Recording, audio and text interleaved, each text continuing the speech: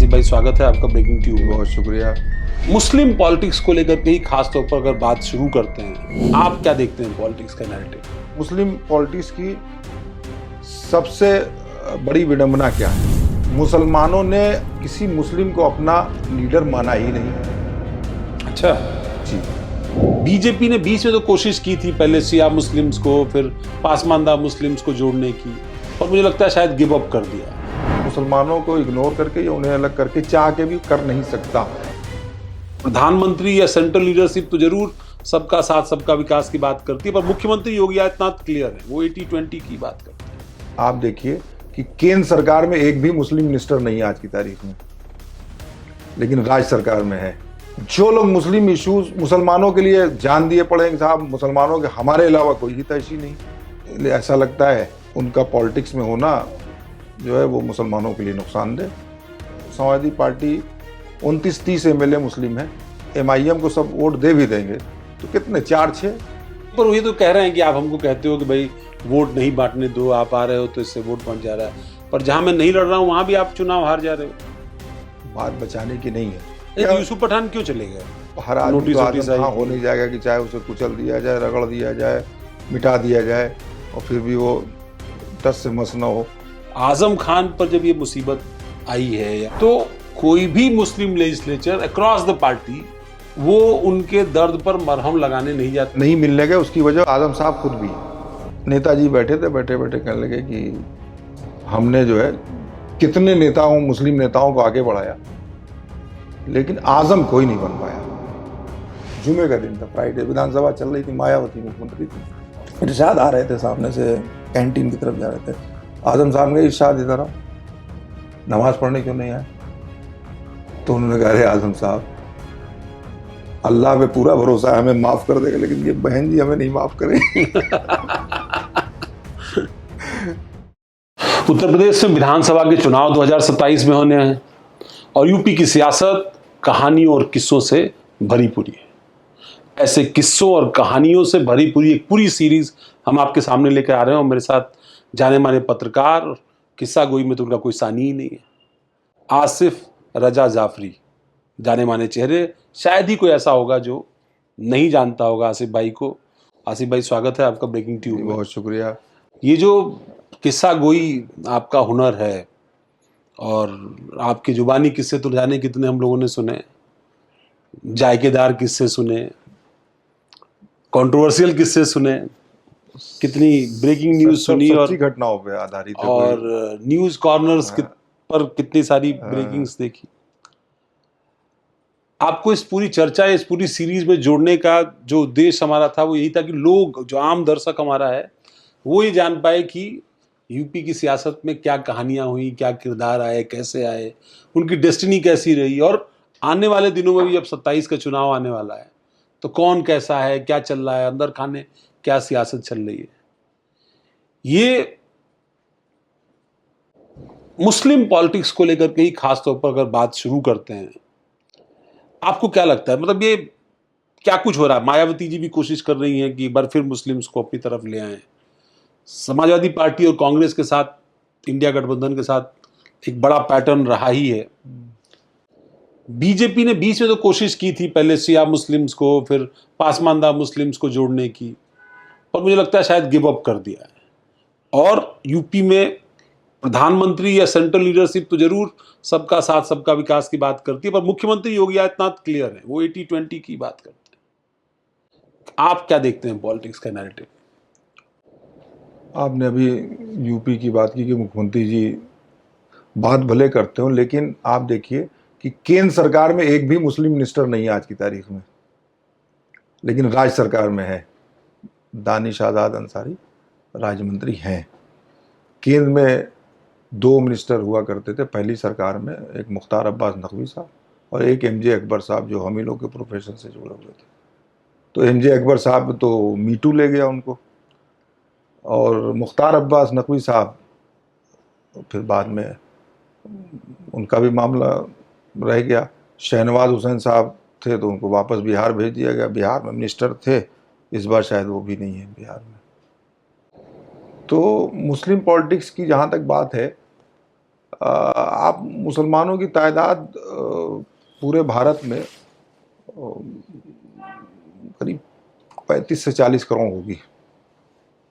ये ज़्यादा आपको लग रहा हो तो कम कर दीजिएगा। ठीक है, आप मतलब अपने जो भी हो, हिसाब से हाँ, कम कर लीजिए, कोई तो जो भी हो, मतलब इतनी तो होगी 140 करोड़। 18% 20% हाँ के हाँ आसपास तो हाँ, है। इतनी तो होगी। और एकदम से इनको इग्नोर कोई भी पार्टी या कोई दल जिसे सियासत करनी है वो नहीं कर सकता, या जिसे बिजनेस करना हो, या और भी जितने भी संस्थान हो या जो भी हो, उसको मुसलमानों को इग्नोर करके या उन्हें अलग करके चाह के भी कर नहीं सकता। कहीं ना कहीं जा करके उसको जुड़ा होगा। मसलन आप कहिए कि मैं मुसलमानों की कोई चीज़ आज से इस्तेमाल नहीं करूंगा, तो सबसे पहले घर में आप बगैर पेट्रोल के एक कदम नहीं चल पाएंगे, क्योंकि वो पेट्रोल मुस्लिम देशों से आता है, चाहे वो ईरान से आए, सऊदी अरब से आए, कतर से आए, बहरीन से आए, तो सबसे पहले आपका यहीं से शुरुआत हो जाएगी। तो मुसलमानों को इग्नोर कोई पार्टी कर नहीं सकती। अब यह है कि जो लोग मुस्लिम इश्यूज मुसलमानों के लिए जान दिए पड़े कि साहब मुसलमानों के हमारे अलावा कोई हितैषी नहीं, तो उनके ऊपर बीच बीच में ऐसा लगता है कि वो उनका पॉलिटिक्स में होना जो है वो मुसलमानों के लिए नुकसानदेह। कोई साहब आते हैं दूसरे स्टेट से, यहाँ कहते हैं साहब ये अखिलेश मुसलमानों के मामले में नहीं बोलते, और ये नहीं बोलते, और कांग्रेस नहीं बोलती, और बसपा नहीं बोलती, बस हम ही हैं। तो हम ही हैं, तो और मुस्लिम इश्यूज तमाम हम ही हैं। तो कभी आपने सुना कि किसी मुस्लिम बच्चे का एक्सीडेंट हो गया, उसके घर गए, उन्होंने उसको 2 लाख रुपए दिए हों, लो भाई इसका इलाज करा लेना। और भी तमाम चीज़ें हैं, बस खाली वो आएंगे चुनाव के टाइम पे और भड़काएंगे। आप कह रहे हैं मतलब वैसे ही आते हैं, ये बोलते तो हैं पर मदद नहीं करते किसी की। ज़बानी जमा खर्च है। देखिए सबसे मुस्लिम पॉलिटिक्स की सबसे बड़ी विडंबना क्या है, इसमें यह है कि मुसलमानों ने किसी मुस्लिम को अपना लीडर माना ही नहीं। अच्छा जी, कभी मुसलमान इंदिरा गांधी के पीछे चल पड़ा, कभी नेहरू के पीछे चल पड़ा, उससे पहले यूपी में आइए तो नेताजी के पीछे मुलायम सिंह जी के पीछे चल पड़ा। मुसलमानों ने कोई अपना रहनुमा बनाया अपनी कौम से नहीं बनाया, और ना उसको कोई ऐसा बार्गेनिंग पावर भी नहीं रखी अपने पास। आज की तारीख में ये जो दौर चल रहा है, इसमें तो ये अब तो बिल्कुल ही संभव नहीं कि कोई मुसलमान कहे कि हम अपना रहनुमा बना करके हम उसको सारा वोट दे देंगे। दे दीजिएगा तो क्या होगा? आप मसलन मान लीजिए कि तब भी वो चुनाव हार जाएगा। हमारी मान लीजिए भदोही विधानसभा है, ठीक है, वहां से जाहिद बेग एमएलए हैं, उनको मुस्लिम वोट मिलता होगा 30-35 हजार, हिंदू वोट 80 हजार मिला, एमएलए हो गए। लेकिन अगर कोई मुस्लिम लीडर या मुस्लिम पार्टी हो जाए जो सिर्फ मुसलमान वोट दे, तो क्या ये संभव है कि वो एमएलए हो पाएगा उस सीट से? कोई भी मुसलमान वोट तो उसे मुसलमानों को पूरा मिल जाएगा कैंडिडेट को। मुझे लगता है उस सीट से क्या किसी सीट से एमएलए, फिर ऐसी किसी सीट से नहीं हो पाएगा, फिर वो कहाँ जीत पाएगा? वो शायद रामपुर की किसी सीट से हो जाएगा, बिजनौर से हो जाएगा, संभल से हो जाएगा, मुरादाबाद से हो जाएगा, सहारनपुर से हो जाएगा, मुजफ्फरनगर से हो जाएगा, शामली से हो जाएगा, जहाँ मुस्लिम पॉपुलेशन 50% या उससे ज़्यादा होगी। लेकिन उन सीटों पे जहाँ 10% मुसलमान है, 15% मुसलमान है, और ये एक देश मुल्क की खूबसूरती, और हमारे यूपी में तो ये भरी पड़ी है। आप सोच सकते हैं कि अफजाल अंसारी गाजीपुर से एमएलए हैं, अरे सॉरी सांसद हैं, गाजीपुर से अफजाल अंसारी साहब सांसद हैं। जहाँ कितनी मुस्लिम आबादी है बता दीजिए? 10% भी नहीं है, 10% भी नहीं है, 10% भी नहीं है। हमारे यहाँ बहराइच देख लीजिए, बहराइच में पहले 2 एमएलए थे, अभी फिलहाल एक है, यासिर शाह है, और यासिर शाह की पत्नी मारिया वहाँ से मटेरा से एमएलए है। कितनी आबादी होगी वहाँ? ये कौन सा मुस्लिम बाहुल क्षेत्र है? इन्हीं चीज़ों को अगर कोई मुस्लिम पॉलिटिक्स, मटेरा में तो ओवैसी साहब ने अपने प्रदेश अध्यक्ष शौकत अली को उतार दिया है। भाई उनका टारगेट ही सबसे पहले मुस्लिम सीट है। ये जीतते क्यों है मुसलमान? कैसे उत्तर प्रदेश में? तो उनका जीतना है, फंसाना है? नहीं, फंसाना है। उनका जीतना क्यों है? कैसे जीतने देंगे वो?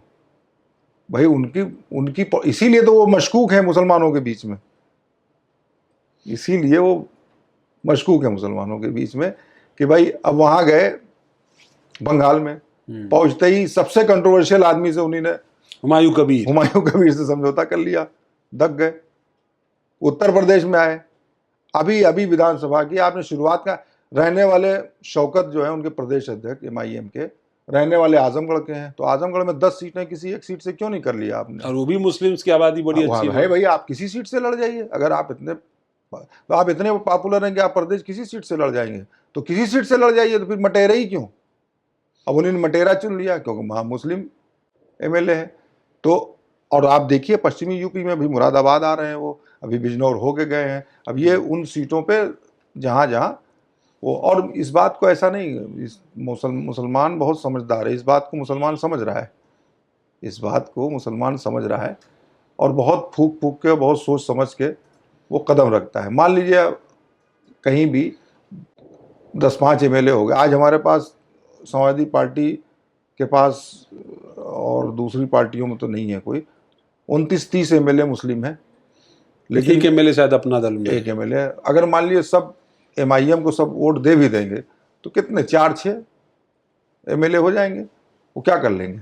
आज कम से कम 29 MLA हैं, अलग अलग दल में मिला करके भी करिए, या एक ही पार्टी का मान लीजिए, एक अपना दल में भी है वहाँ रामपुर से। वही मैं कह रहा हूँ, अपना दल में एक है और एक RLD में भी है, RLD से वहाँ से मेरठ के आसपास थाना भवन, तो वहाँ से है।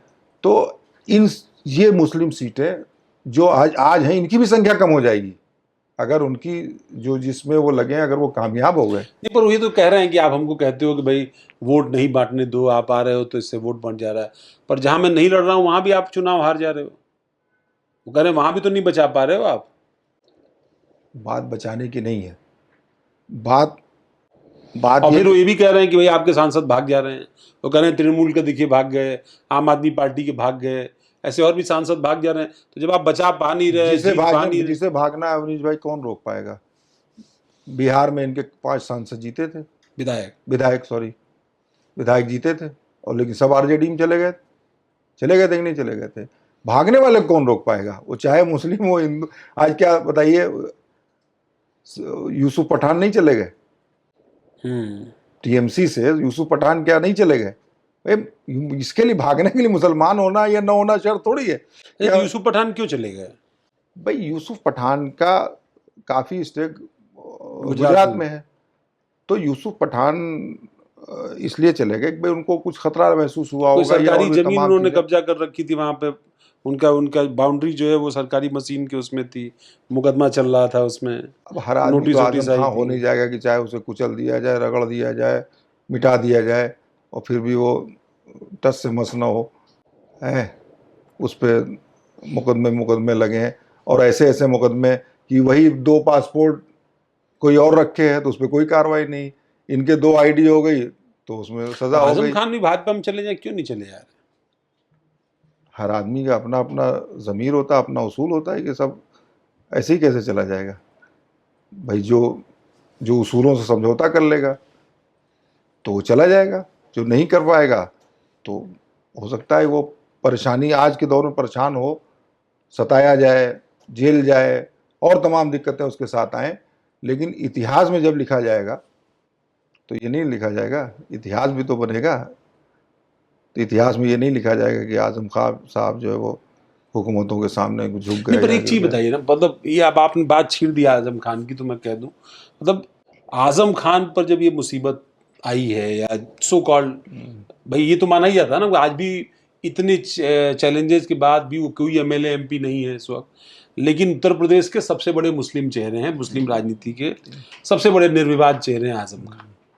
पर जब आजम पर मुसीबत आती है तो कोई भी मुस्लिम लेजिस्लेचर अक्रॉस द पार्टी वो उनके दर्द पर मरहम लगाने नहीं जाता। एक आध उनके चेले चमचे या उनके कृपा पर जो सांसद विधायक बने होंगे उनको अगर आप छोड़ दीजिए, तो कोई भी, चाहे वो समाजवादी पार्टी का ही क्यों ना हो, कांग्रेस का ही क्यों ना हो, BSP का ही कोई क्यों ना हो, न्यूट्रल भी क्यों ना हो, गया क्या कोई? आप बताइए।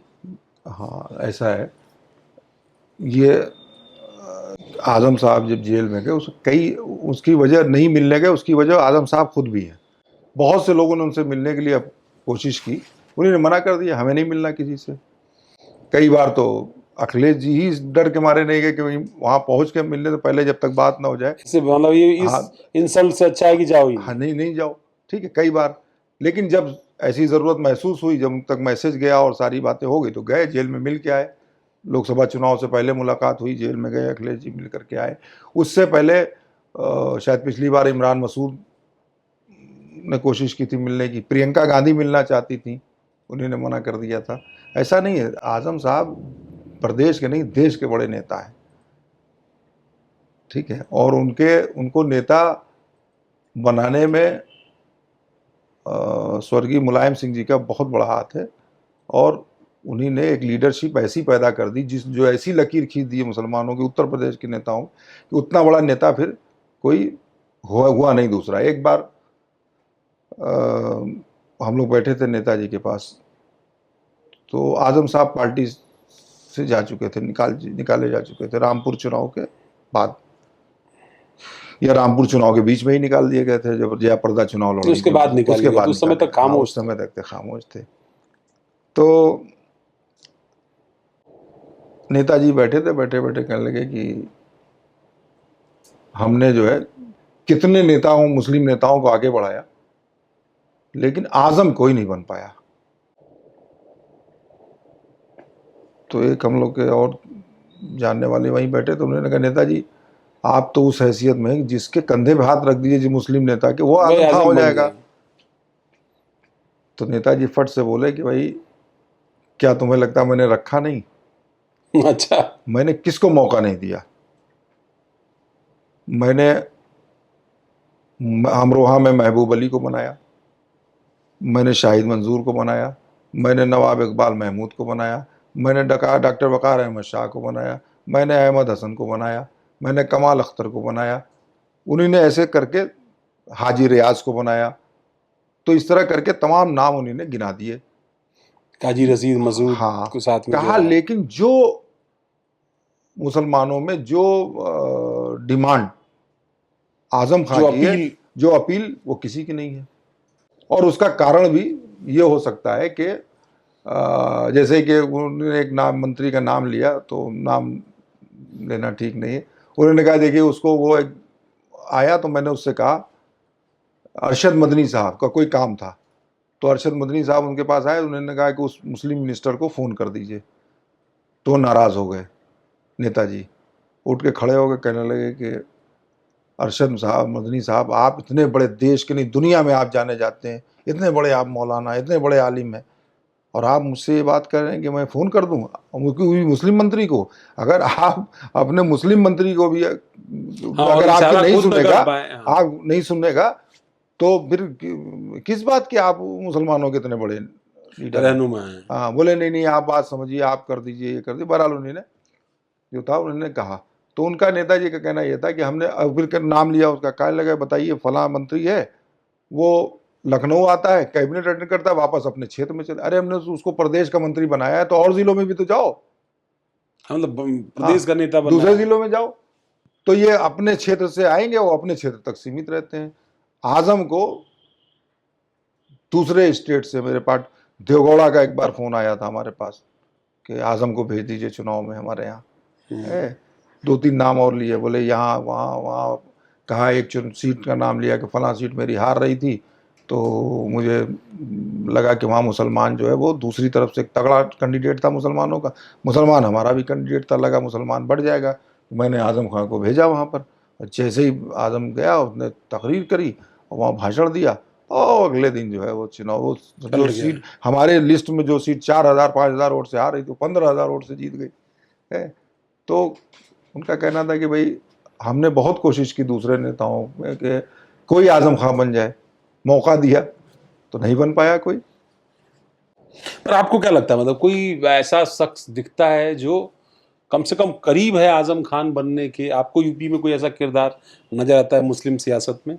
नहीं, मुझे नहीं लगता अभी, मुझे नहीं लगता। हाँ, सियासत को सादगी के साथ लेकर के और दूसरे सभी वर्गों को साथ लेकर के चलने वाला और कोई नेता और उभरती हुई लीडर है वो लड़की इकरा हसन, जिसके बातचीत में शालीनता और हर चीज़ में बैलेंस दिखता है उसका, वो हमें लगता है कि भविष्य में वो अच्छा करेगी, और उस लेवल पे तो नहीं जाएगी आदम, लेकिन उसका एक अपना दायरा और उसकी मतलब फॉलोइंग। आपका कहना है कि मुस्लिम्स में भी फॉलोइंग होगी हाँ और नॉन हाँ मुस्लिम्स में भी बिल्कुल बिल्कुल, वो वो अपील बराबर करेंगे। की फॉलोइंग, मतलब वो उसको एज ए मुस्लिम लीडर माना जा सकता है कि हाँ भाई पार्लियामेंट में स्पीचेस भी बड़ी वायरल बहुत अच्छी रही, होती है कुछ उसको, तकरीरें भी और कुछ कैंपेन में पूरी भी। तैयारी के साथ, और बहुत ही पढ़ी लिखी लड़की है वो, और तहजीब के दायरे में, अदब के दायरे में रह करके, सर पे पल्लू डाल करके, दुपट्टा सर से सरकता नहीं, इस तरह से भी वो राजनीति में महिलाएं रह सकती हैं। ऐसे तमाम आपने देखा होगा मुस्लिम महिलाओं को जो राजनीति में हैं, लेकिन वो एक दो को छोड़ के, जैसे गजाला लारी वगैरह, बाकी तो हमें लगता है सर पे पल्लू भी नहीं रहता किसी के, ठीक है। तो अब वो एक, हमें लगता है कि एक वो है, और भविष्य में इमरान मसूद, इमरान कंट्रोवर्शियल बहुत हैं, अब कंट्रोवर्शियल तो है, लेकिन जो उनकी पर आजम भी कंट्रोवर्शियल रहे हैं बहुत। कंट्रोवर्शियल इनफैक्ट कंट्रोवर्सी तो मतलब उनके पॉलिटिक्स का एक तरीके हो से सकता फीडिंग है, है। कंट्रोवर्शियल होना ही उनके लिए यही फायदेमंद, कंट्रोवर्शियल ही होना ही इनका ये आगे चल के इनको तरक्की का एक रास्ता दिखे। इमरान प्रतापगढ़ी, हाँ, इमरान प्रतापगढ़ी अच्छे लीडर हैं, वो राज्यसभा में हैं, और वो, उनको मुरादाबाद से चुनाव कांग्रेस ने लड़ाया था, तो वो अच्छा वोट ले आए थे, लेकिन वो हार गए थे। एस.टी. हसन साहब वहाँ से जीते, उस वक्त में भी वो 70,000 वोट ले गए थे, 70-72,000। तो वो भी एक अच्छे लीडर हैं, और वो, उनको नेता के तौर पे नहीं कोई पसंद करता, उनको शायर के तौर पे पूरा देश जो है वो पसंद करता है। नेता के तौर पे उनको, हमें लगता है कि अभी वक्त लगेगा। कम नहीं, लोकसभा में, पार्लियामेंट में उनकी स्पीच, सारी चीज़ें सही है, लेकिन उनको पता नहीं क्यों मुझे लगता है कि वो लोग नेता के तौर पे अभी नहीं देख रहे हैं, मास लीडर के तौर पर नहीं मास लीडर के तौर पर नहीं। उनकी कार्यक्रमों में भीड़ जुटती है वो, लेकिन उनकी देखने को। शायरी की वजह से अभी उनकी नेतागिरी के कम, शायरी के ज्यादा हाँ, मुरीद हैं। उनकी शायरी के प्रधानमंत्री मुरीद हैं, पार्लियामेंट में उन्होंने एक बार तारीफ करी है, उनकी शायरी के वो धनखड़ साहब मुरीद। तो वो, और सोनिया प्रियंका हाँ, गांधी तो तो उनकी हैं। जो यूएसपी शायरी है, तो उसी से वो अपना यहाँ तक पहुँचे, और आगे भी कहीं। यासिर शाह एक क्षेत्र तक सीमित है, उन्हीं ने कभी प्रदेश का नेता बनने की कोशिश नहीं की, और मौका दिया उनको अखिलेश यादव हाँ, ने। मंत्री बनाया, पहले राज्य मंत्री बनाया, फिर स्वतंत्र प्रभार बनाया, फिर कैबिनेट बनाया, 3 तरक्की दी उनको, लेकिन मौका कैच नहीं कर पाए वो क्षेत्र तक। अब मौका भाई कितने दिन सरकार ही रही है, मतलब सरकार चली गई, उसके बाद 10 साल हो गया, दूसरा टर्म मतलब खत्म होने जा रहा है सरकार का, तो 10 साल के तो इस बार चुनाव हार गए हैं, और वहाँ से बाहर कहीं निकले नहीं, बहराइच से ही रहे, तो इसके लिए बाहर निकलना पड़ेगा, और कोई भी लीडर बनना चाहता है तो सबसे पहले उसको ये अपनी उपस्थिति दर्ज करानी पड़ेगी। लेकिन उत्तर प्रदेश में कोई ऐसा नेता नहीं है जो भाग भाग के सबके दुख दर्द में शामिल हो जाए, पार्टी भेज देगी साहब फला जगह आप चले जाइए, फला जगह आप चले जाइए, फला जगह, लेकिन कोई ऐसा नेता नहीं है जो ये सुने कि गाजियाबाद में मुसलमान के किसी के साथ कोई घटना हो गई तो वो मिर्ज़ापुर वाला जाकर के उसकी हाल चाल ले ले। अहमद हसन साहब एक नेता थे जिनको हम ये कहते हैं कि इंसान ज़िंदगी में एक बार रिटायर होता है, अहमद हसन साहब 2 बार रिटायर हुए। एक बार उन्होंने पुलिस की सर्विस 30 साल पूरी करके उसमें रिटायरमेंट हुए, और रिटायर होने के फ़ौरन बाद वो बन गए एमएलसी बन गए, फिर नेता विरोधी दल बन गए, फिर सरकार बनी तो मंत्री बन गए, सरकार गई तो फिर नेता विरोधी दल बन गए, आई तो फिर मंत्री बन गए, यानी 3 बार वो मंत्री बने, 3 बार नेता विरोधी दल बने, और वो आखिरी में भी एमएलसी रहते उनकी डेथ हुई, और वो उनका 5वां या 6वां टर्म था एमएलसी का, 5वां था शायद, तो 6 पंजे 30, तो वो उनका बेचारे का, तो वो 2 बार रिटायर हुए अपनी सर्विस में रह करके। पर आप ही कह रहे हैं कि मतलब चाहे मतलब यंग लीडर्स में, चाहे या पुराने लीडर्स में भी, ओल्ड गार्ड्स अभी भी समाजवादी पार्टी में भी जैसे हैं, चाहे शाहिद मंजूर हों, इकबाल महमूद हों, महबूब अली हों या हाजी रिजवान हों, इस तरह जो नेता हैं ये भी अपने क्षेत्र तक ही सीमित रह गए? इसमें शाहिद मंजूर साहब ने कोशिश की है और उनकी एक्सेप्टेंस भी और दूसरे इलाकों में रही है। अंबेडकर नगर रहे, भदोही और तमाम, असल में सबसे बड़ी चीज़ एक समाजवादी पार्टी में एक इधर रही है कि आपके शोरूम में, मतलब आपके गोदाम में अच्छे सामान का ढेर लगा हुआ है, लेकिन शोरूम में वही घिसे पीटे सामान ही दिख रहे हैं। जैसे कि आपको मान लीजिए कि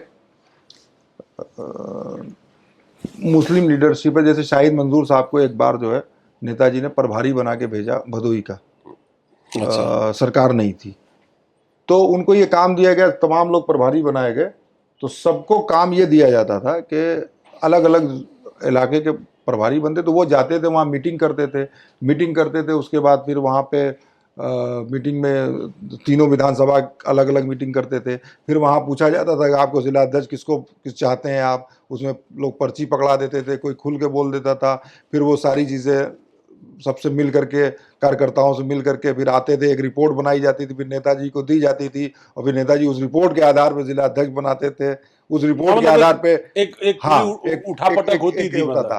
तो ये जो है ये एंगेजमेंट पूरी अब रहती आप कोई नेता है मान लीजिए, तो वो अपने से कहीं चला जाए, अब आपको, लेकिन पार्टी की तरफ से भाई आप 5 साल अगर कोई विधायक है तो उसको ड्यूटी भी दी जानी चाहिए। मान लीजिए खुद से नहीं जा रहा है तो उनको बताइए, ऑर्गेनाइजेशनल स्किल भी उसकी डेवलप करनी चाहिए। हाँ, कि इसको यहाँ जाइए वहाँ जाइए, या जिसकी कम्युनिटी जहाँ है, जिसका जो भी जिस तरह का कैच है। जैसे विधानसभा में लोग मुंह बंद करके आते हैं, मुंह बंद करके, कुछ चेहरे हैं जो बोलते हैं, और कोई ऐसा इशू तमाम, जो आपने देखा होगा जब प्रमोद तिवारी हुआ करते थे और तमाम नेता और हुआ करते थे, आजम साहब हुआ करते थे, पूरी सरकार हिल जाती थी, पूरी सरकार हिल जाती थी, ऐसे इशू पे फंसा देते। जैसे प्रमोद तिवारी, कोई पता चला वो कोई बिल आ रहा है और नियम 56 में ले आए, कुछ उसमें फंसा दिया, देखा बिल आ रहा है, सामने देखा उन्होंने कि सत्ता पक्ष की संख्या कम है, विपक्ष की विधायकों की संख्या ज्यादा है, तो उन्होंने क्या किया कि फौरन जो है वोटिंग की मांग कर ली।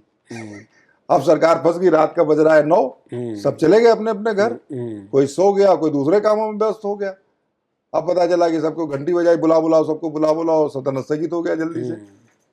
तो ठीक है, पास करा लिया, लेकिन उतनी देर के लिए भगदड़ मच गई, पैनिक हो गया, उतनी देर पैनिक हो गया, सरकार फंसी। तो आज की तारीख में किसी भी फील्ड में न्यूसेंस की वैल्यू है।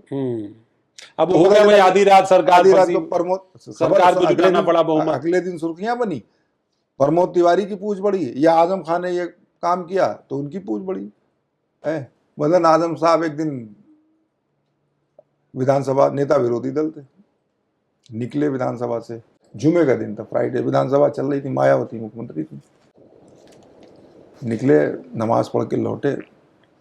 उस दिन कोई बिल पेश होना था, तो सारे विधायकों की हिदायत थी कि कोई यहाँ से कैंपस से बाहर नहीं जाएगा, सब लोग यहीं रहेंगे, सत्ता पक्ष के सारे विधायक। तो उसमें जुमे का दिन था, फिर भी कोई मुस्लिम लीडर नमाज पढ़ने नहीं गया जुमे की। तो वो आजम साहब आए तो किसी ने उनसे बताया कि भाई आए, आप नमाज पढ़ाए, लेकिन कोई बीएसपी का कोई मुस्लिम लीडर नहीं गया नमाज। बोले साहब वो तो कैंटीन में फलां साहब खाना खा रहे, फलां साहब। तो आजम साहब ने, हाँ ये बात तो मैंने भी गौर करी, अच्छा रुको मैं किसी से करूँ। तब सामने से एक बीएसपी के एमएलए, अब डेथ हो गई उनकी, सरोजनी नगर से थे, इरशाद आ रहे थे, सामने से कैंटीन की तरफ जा रहे थे। आजम साहब ने, इरशाद इधर आओ, नमाज पढ़ने क्यों नहीं आए? तो उन्होंने कहा, अरे आजम साहब, अल्लाह पे पूरा भरोसा है, हमें माफ कर देगा, लेकिन ये बहन जी हमें नहीं माफ करेंगे। तो वो बहन जी, वहाँ निर्देश था कि नहीं रहना, इसलिए जो है। तो आजम साहब आए, आज के कोई इशू चल रहा था, बोलते बोलते आजम साहब का नंबर आया, वो खड़े हुए, तो उन्होंने कहा कि भाई ऐसे लोगों का क्या अंजाम होगा जिनका खौफ जो है खौफ खुदा से ज़्यादा हो, उनको अपने अंदाज में बोले वो, तो उन्होंने कहा कि भाई, और अभी आज जुमा है और ये बैठे हुए हैं, ये साहब बैठे हैं, ये साहब बैठे हैं, वो साहब बैठे हैं, वो साहब बैठे हैं, इनमें से कोई नमाज पढ़ने नहीं गया जुमे के दिन। जुमे की नमाज तो छोड़ ही नहीं सकते, बताइए, जुमे की नमाज पढ़ने ये लोग नहीं गए। और हमने एक एमएलए से पूछा तो उन्हीं ने ये जवाब दिया है। तो इतना खौफ ये वो, अब फौरन जो है वो थे केशरीनाथ त्रिपाठी जी स्पीकर, फौरन उन्होंने कहा नहीं नहीं ये इशू नहीं, इसको निकाला जाए और किया जाए, कार्रवाई किया जाए। तो मायावती उठ के खड़ी हुई, कहा आप झूठ बोल रहे हैं, सबने नमाज पढ़ी है। तो उन्होंने कहा जो विषय आपके समझा हुआ ना हो तो उसमें मत बोलिए आप। अच्छा, आजम ने कहा ये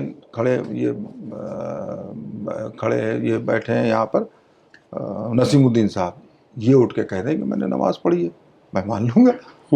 अब इस बारे में तो झूठ बोल नहीं सकते। और कहाँ पढ़ी है, अगर पढ़ी है तो आप बता दीजिए कहाँ पढ़ी है। तो उन्होंने मायावती ने कहा सब ने यहीं पढ़ी है, कोई जरूरी नमाज जो है बाहर जा, क्या बस यही जुमे की नमाज यहाँ नहीं हो सकती। तो फंस गई सरकार, फिर उसको जो है उन्हीं ने कार्रवाई से निकाला। वो लालजी वर्मा प्रस्ताव, संसदीय कार्य मंत्री उन्हीं ने प्रस्ताव से निकाला इस बात को, केशरीनाथ त्रिपाठी ने। फिर एक और इंस्ट्रक्शन जारी हुआ कि ये कोई छापेगा नहीं इस चीज को।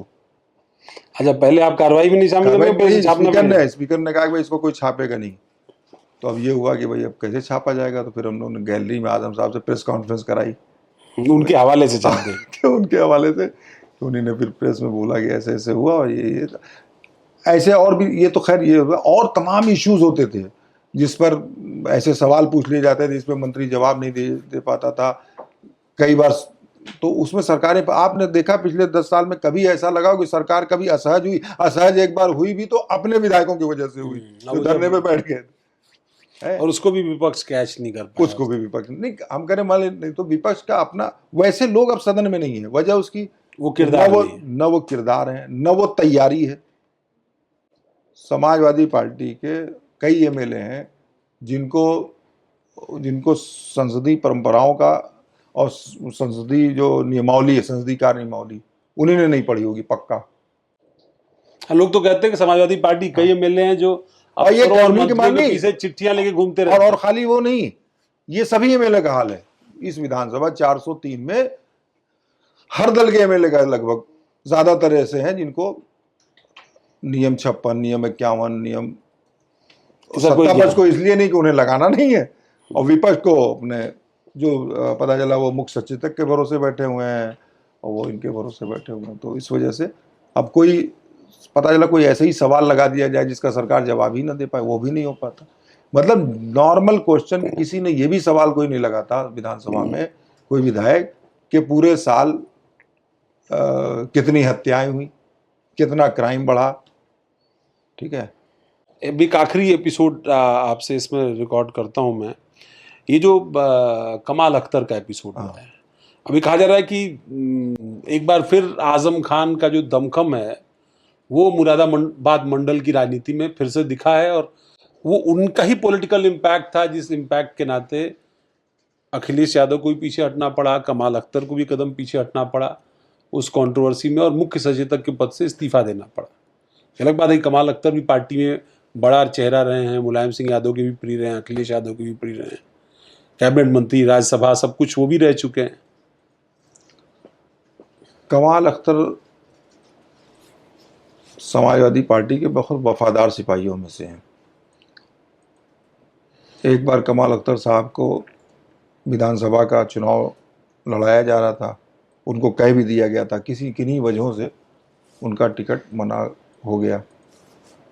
तब वो यूथ के प्रभारी हुआ करते थे, लेकिन नेताजी ने देखा ये बहुत मायूस है, तो उनका क्यों घबराते हो, परेशान न हो, जब तक हम हैं चिंता करने की बात नहीं। और वो हुआ, उसके कुछ ही दिन बाद राज्यसभा 2004 में कमाल अख्तर साहब को राज्यसभा भेज दिया नेताजी ने, यानी जितना सोचा था उससे बढ़ा दिया।